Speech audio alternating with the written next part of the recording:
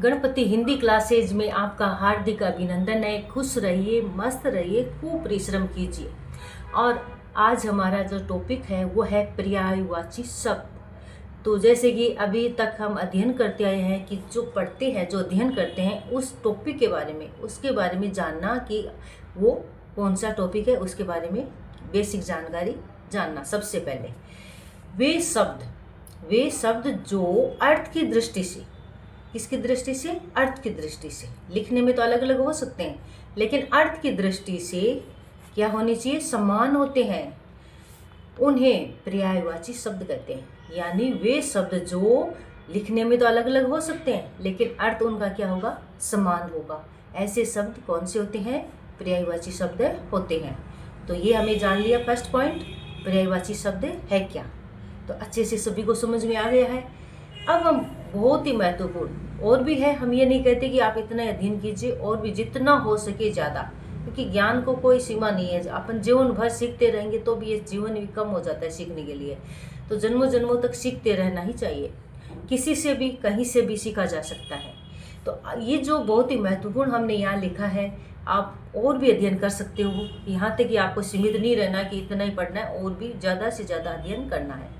तो अब हम जो हमने लिखे हैं वो अध्ययन करते हैं। आँख, नयन, आँख जो है क्या है? पर्यायवाची शब्द है। तो उसके और कौन कौन से पर्याय हो सकते हैं? नयन, लोचन, चक्षु, नेत्र, अक्षी। अब देखिए, अधिकांश जो छात्र होते हैं ना, जो बच्चे होते हैं बेटे, वो क्या करते हैं कि देखते हैं पर्यायवाची शब्द आएंगे, 3 तो हो ही गए। अब कम से कम जितना हो सके उतने ज़्यादा आपको याद करने चाहिए। इसलिए कम से कम एग्जाम में 2-3 तो बच जाए। अगर आप 2 या 3 लर्न करोगे तो क्या होगा? एग्जाम में फिर क्या बचेगा? या तो 1 बचेगा या वो भी नहीं बचे।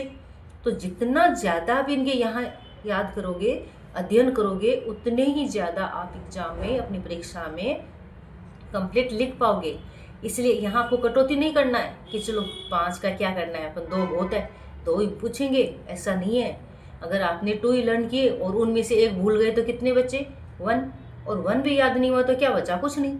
इसलिए आपको सारे याद करने चाहिए। तो आँख है इस शब्द का जो पर्यायवाची शब्द है, नयन, लोचन, चक्षु, नेत्र, अक्षी। अमृत यानी सुधा, अम्मी, पीयूष, सोम। अब इसके साथ साथ हम लिखने का भी ध्यान दे लेते हैं कि कैसे लिखा हुआ है। इसको भी हमें साथ साथ में अध्ययन करना है। आग, अग्नि। अब देखिए, यहाँ आग है तो यहाँ अग्नि भी लिखा आ सकता है। तो ये है, कोई सा भी यहाँ शब्द आ सकता है। तो आग का अग्नि, अनल, पावक और ज्वाला। आकाश का पर्यायवाची है गगन, नभ, व्योम, अंबर। आसमान भी बोल सकते हैं। अंबुज और अम्बुद, ध्यान रखना, इसमें बच्चे बहुत मिस्टेक कर देते हैं। अंबुज, अम्बुद, यहाँ जय आता है ना लास्ट में, अंबुज। वहाँ कमल, वो उसके पर्यायवाची होंगे कमल, पंकज, नीरज और जलज। जल भी रहता है। अम्बुद का क्या? मेघ, बादल, घनश्याम। अब ये घनश्याम कैसे दिए? घनश्याम श्री कृष्णा को भी बोलते हैं, क्योंकि वो भी श्याम वर्ण के होते हैं ना कृष्ण, इसलिए। अंशु, रश्मि, किरण, मयूख, मरीचि, ये सब किसे? अंशु, किरण के। अंशुमान सूरज, सूर्य। और कभी भी सूरज या सूर्य लिखो तो इसमें बड़े की मात्रा आती है, हस्व नहीं आती, दीर्घ की मात्रा आती है। सूरज, सूर्य, रवि, दिनकर।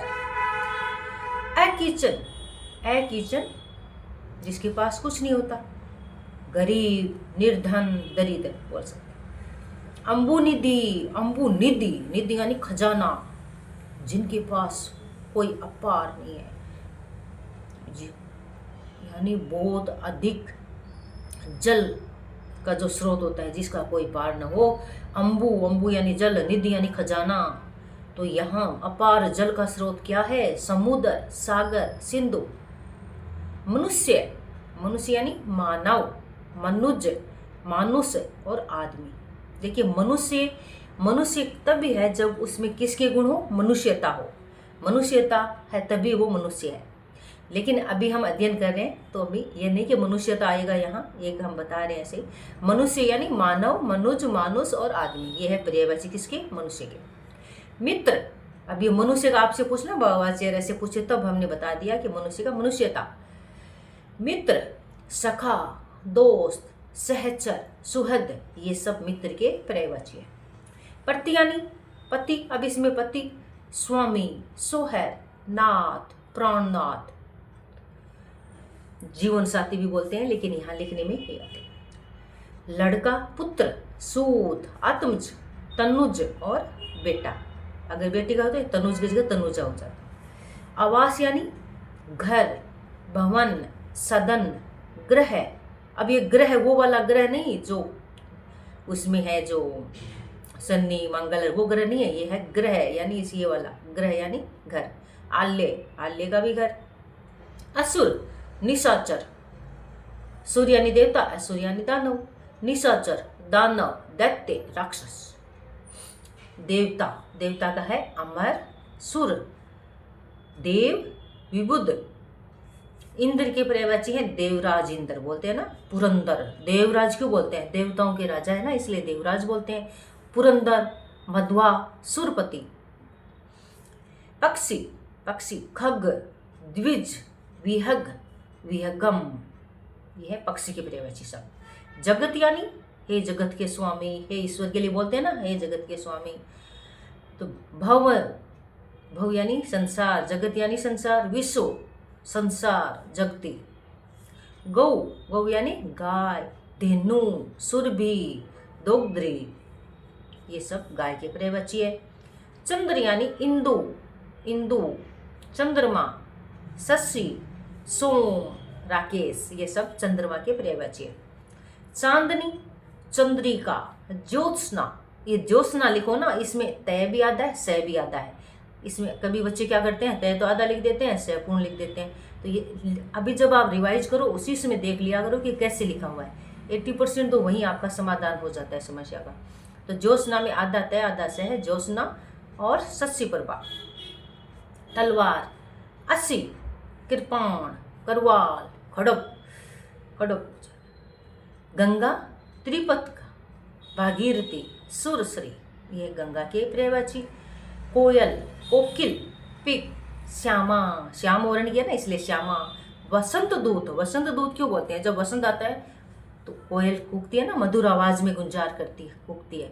तो बसंत में सबसे ज्यादा कोयल गुंजती रहती, बोलती है अपनी मधुर आवाज में। गणेश, गणपति, लंबोदर, एकदंत, ये गणेश जी के हैं पर्यायवाची शब्द। उपवन, उपवन यानी बाग, बगीचा, उद्यान, वाटिका। अब कुछ क्या करते हैं, उपवन को क्या बोलते हैं, वन बोल देते हैं। देखिए वन और उपवन में क्या अंतर है। वन तो वो होता है जो बहुत ही क्षेत्र में, बड़े दायरे में, जो अपने आप डेवलप होता है, अपने आप विकास होता है प्रकृति की देन से। लेकिन उपवन जो होता है वो अपने अपने गार्डन जो सेट करते हैं ना, कि अपने बगीचे सजाते हैं अपने अपने एरिया में, अपने मनुष्य निर्मित होते हैं। ये उपवन मनुष्य निर्मित होते हैं, और वन होते हैं वो प्रकृति द्वारा बड़े एकड़ में ऐसे ही प्रकृति की कृपा से पलते फूलते हैं।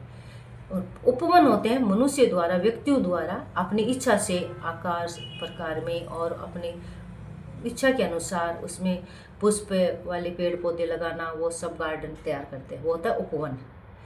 आभूषण यानी गहना, आभरण, भूषण, अलंग। फूल, पुष्प, सुमन, कुसुम। पानी का नीर, जल, तोय, वारी। पृथ्वी, भू, भूमि, धरती, वसुधा भी होता है। हाथ का हस्त, कर, पानी।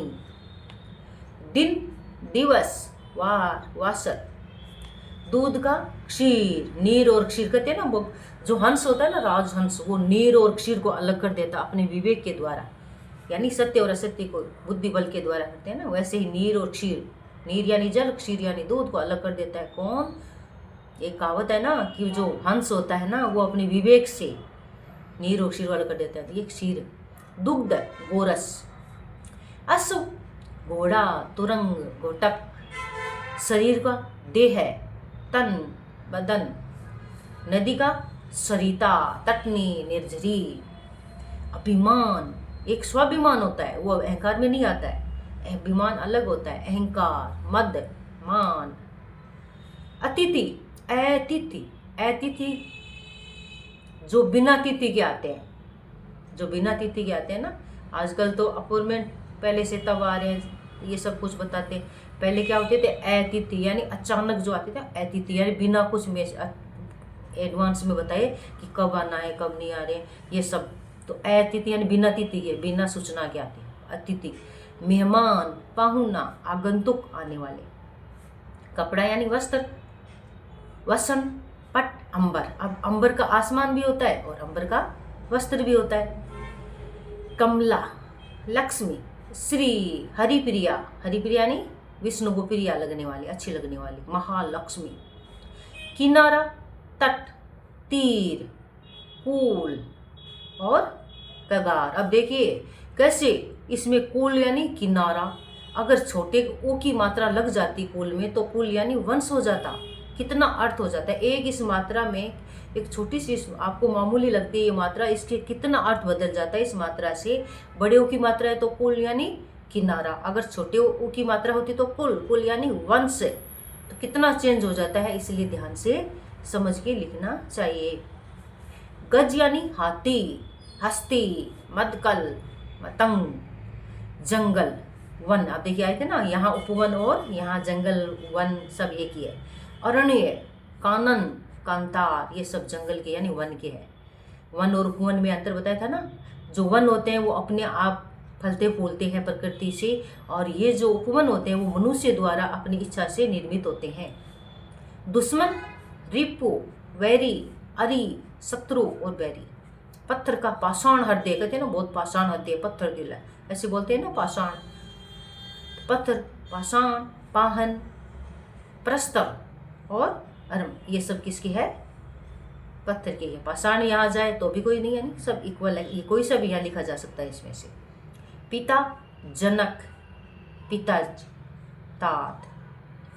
पत्नी, भार्या, गृहिणी, सहधर्मिणी। पुत्री, सुता, वहाँ तनुजा था, यहाँ तनुजा और बेटी।